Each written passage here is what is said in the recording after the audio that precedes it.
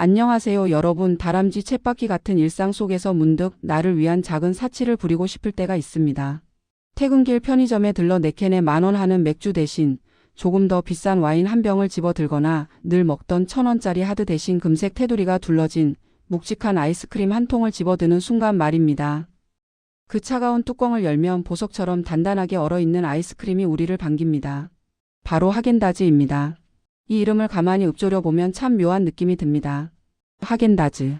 혀끝에서 북유럽의 차가운 눈바람이 느껴지는 것 같고 덴마크 코펜하겐의 어느 목장, 장인 정신 투철한 낙농업자가 짠 신선한 우유의 향이 나는 것만 같습니다.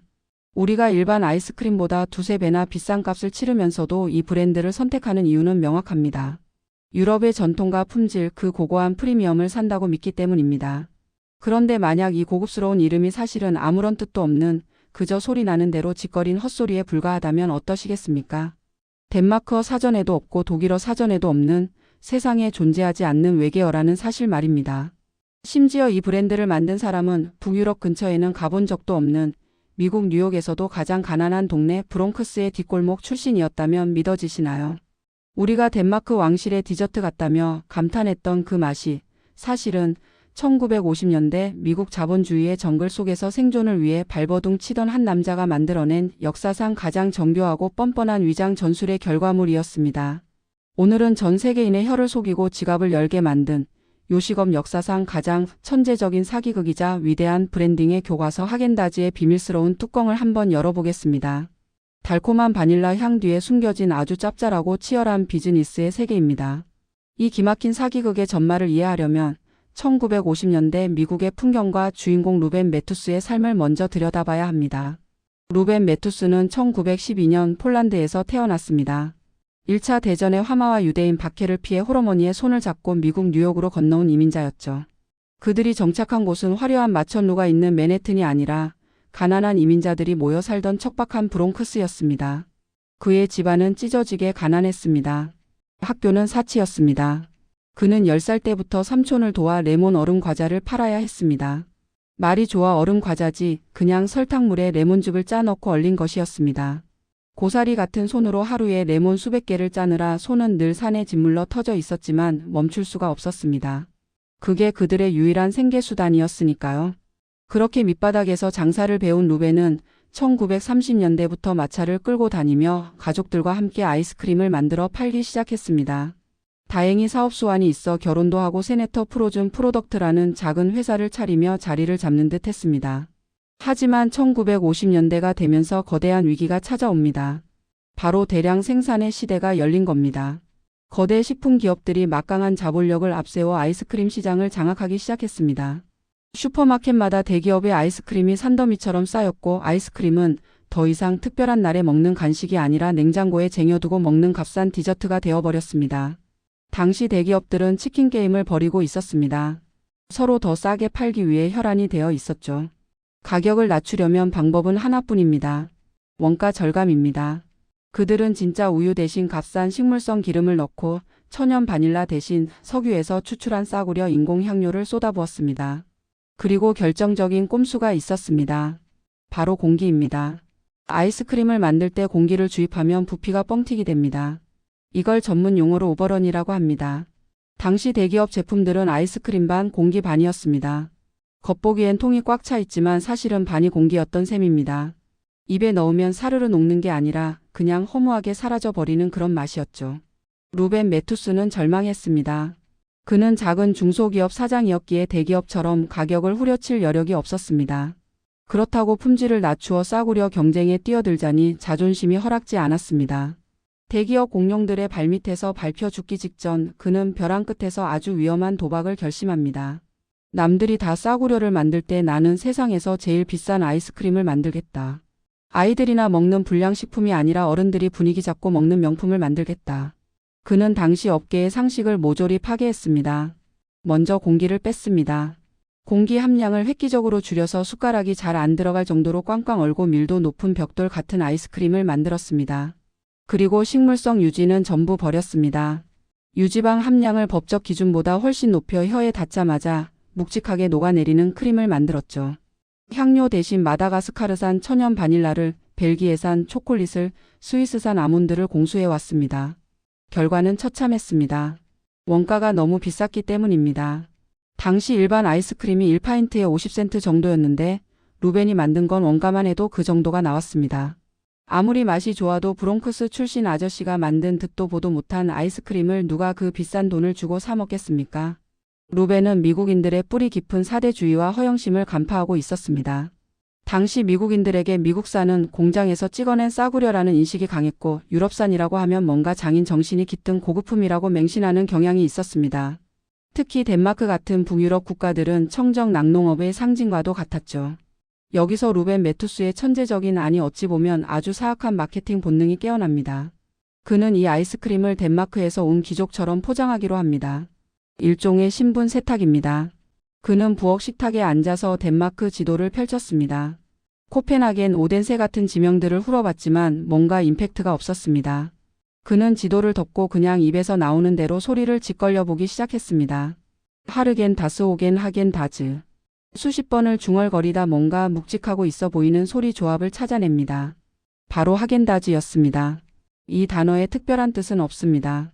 덴마크어로 행복한 날이라거나 차가운 크림 같은 뜻이 있을 것 같지만 사실 덴마크어에는 존재하지 않는 말입니다. 루벤 메투스가 브롱크스 부엌에서 만들어낸 세상에 존재하지 않는 외계어일 뿐입니다. 그는 이 가짜 단어를 더 그럴듯하게 만들기 위해 알파벳 A 위에 점 2개를 찍습니다. 이걸 음라우트라고 하는데 독일어나 스웨덴어에 있는 것이지 덴마크어에는 사실 음라우트가 없습니다. 하지만 미국인들이 그걸 알 리가 없죠. 그냥 점 2개가 찍혀 있으니까 이거 진짜 유럽 건가 보다 하고 넘어가는 겁니다. 심지어 뒤에 붙은 Z와 S라는 철자 조합도 덴마크어는커녕 유럽 어떤 언어에서도 거의 쓰이지 않는 헝가리식 표기법에 가깝습니다. 즉 언어학적으로 보면 족보도 없고 근본도 없는 그야말로 짬뽕 단어였던 겁니다. 하지만 루벤에게 진실은 중요하지 않았습니다. 중요한 건 이미지였습니다. 그는 아이스크림 통에 덴마크 지도를 그려 넣었습니다. 누가 봐도 이거 덴마크 수입품이구나라고 오해하게 말이죠. 사실은 뉴저지 공장에서 트럭 타고 온 건데 말입니다. 1961년 드디어 하겐다즈가 세상에 나옵니다. 하지만 루벤은 이걸 동네 슈퍼마켓에 깔지 않았습니다. 냉동 만두나 완두콩 옆에 진열되어 싸구려 취급을 받기 싫었기 때문입니다. 대신 그는 딸인 도리스 메투스에게 마케팅을 맡겼습니다. 도리스는 이 아이스크림을 들고 뉴욕의 부촌인 그리니치 빌리지로 갔습니다. 그리고 고급 식료품점이나 대학교 앞 카페를 공략했습니다. 그녀는 옷을 아주 잘 차려입은 사람들에게만 무료 시식을 권했습니다. 일종의 물 관리였습니다. 전략은 적중했습니다. 당시 유행에 민감하고 지적 허영심이 좀 있던 대학생들과 힙스터들이 반응했습니다. 덴마크에서 온 건데 맛이 차원이 다르다거나 미국 애들이 만든 공기반 크림반이랑은 비교가 안 된다는 식의 호평이 이어졌습니다. 입소문은 무서웠습니다. 사람들은 하겐다즈를 먹는 행위 자체를 자신의 수준을 높이는 문화생활처럼 여겼습니다. 루벤은 여기서 멈추지 않고 또 다른 전략을 씁니다. 바로 성인 마케팅입니다. 당시 아이스크림 광고는 늘 행복한 아이들이나 화목한 가족이 등장했습니다. 하지만 하겐다즈는 달랐습니다. 광고에 아이들을 싹 뺐습니다. 대신 남녀가 은밀하게 아이스크림을 나눠 먹는 장면, 침실에서 혼자 아이스크림을 즐기는 장면을 넣었습니다. 아이스크림을 섹시하고 관능적인 디저트로 포지셔닝한 겁니다. 이것은 아이스크림은 애들이나 먹는 거라는 통념을 깨부수고 어른들의 지갑을 여는 결정적인 계기가 되었습니다. 그런데 꼬리가 길면 잡히는 법입니다.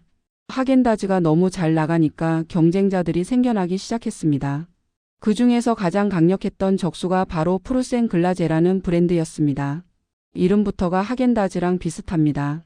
그들도 똑같은 전략을 썼습니다. 하얀 통에 스칸디나비아풍의 로고를 받고 우리는 스웨덴 스타일입니다 라고 광고했습니다. 심지어 광고 문구는 더욱 도발적이었습니다. 미국 아이스크림의 문제점은 아이스크림을 만드는 사람들이 미국인이라는 겁니다 라는 문구로 대놓고 미국산 아이스크림들을 깎아내렸습니다. 하겐다즈 입장에서는 기가 찰 노릇이었습니다. 자기들도 가짜면서 또 다른 가짜가 나타나서 원조 행세를 하니까요. 결국 루벤 메투스는 프루센 글라제를 고소합니다.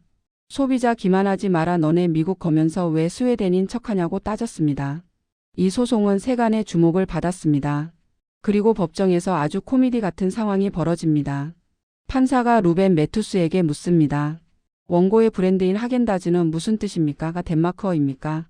이 질문에 루벤은 식은땀을 흘리며 평생 숨겨왔던 진실을 실토해야 했습니다. 사실 하겐다즈는 아무 뜻도 없으며 그냥 지어낸 말이라고 고백했습니다.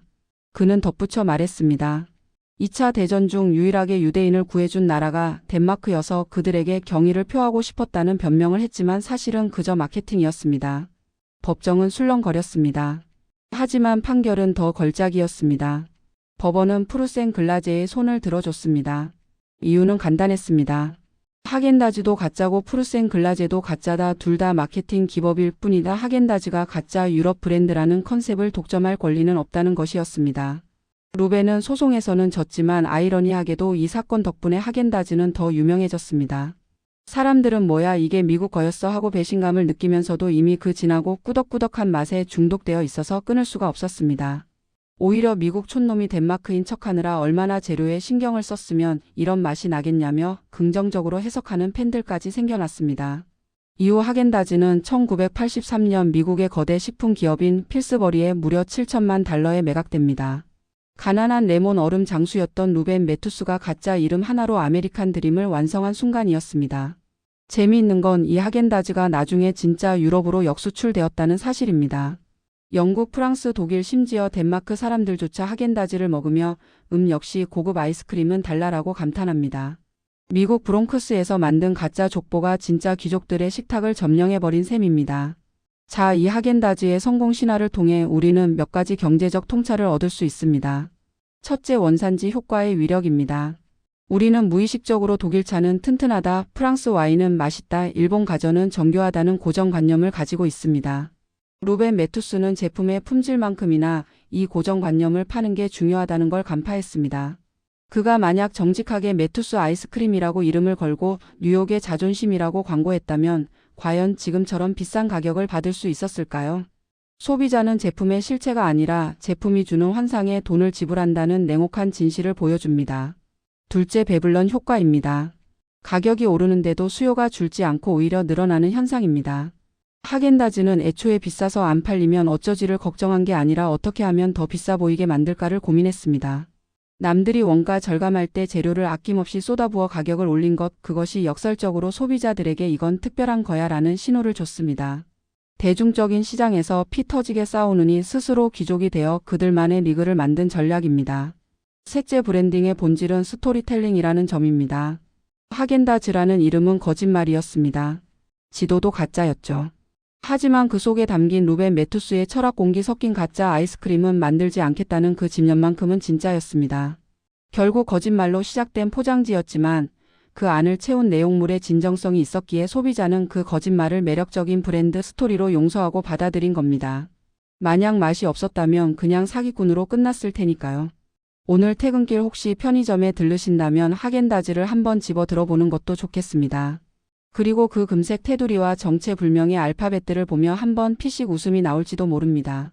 이게 바로 그 브롱크스 아저씨가 식탁에서 웅얼거리며 만든 주문이구나 하고 말이죠. 우리는 어쩌면 아이스크림을 먹는 게 아니라 그 아저씨가 세상에 던진 당돌한 거짓말을, 그 달콤한 환상을 맛보고 있는 건지도 모릅니다. 때로는 진실보다 잘 짜인 환상이 더 달콤한 법이니까요. 오늘 준비한 하겐다즈의 비밀 이야기는 여기까지입니다. 부디 오늘 밤은 하겐다즈처럼 진하고 밀도 있는 행복으로 가득 차기를 바랍니다.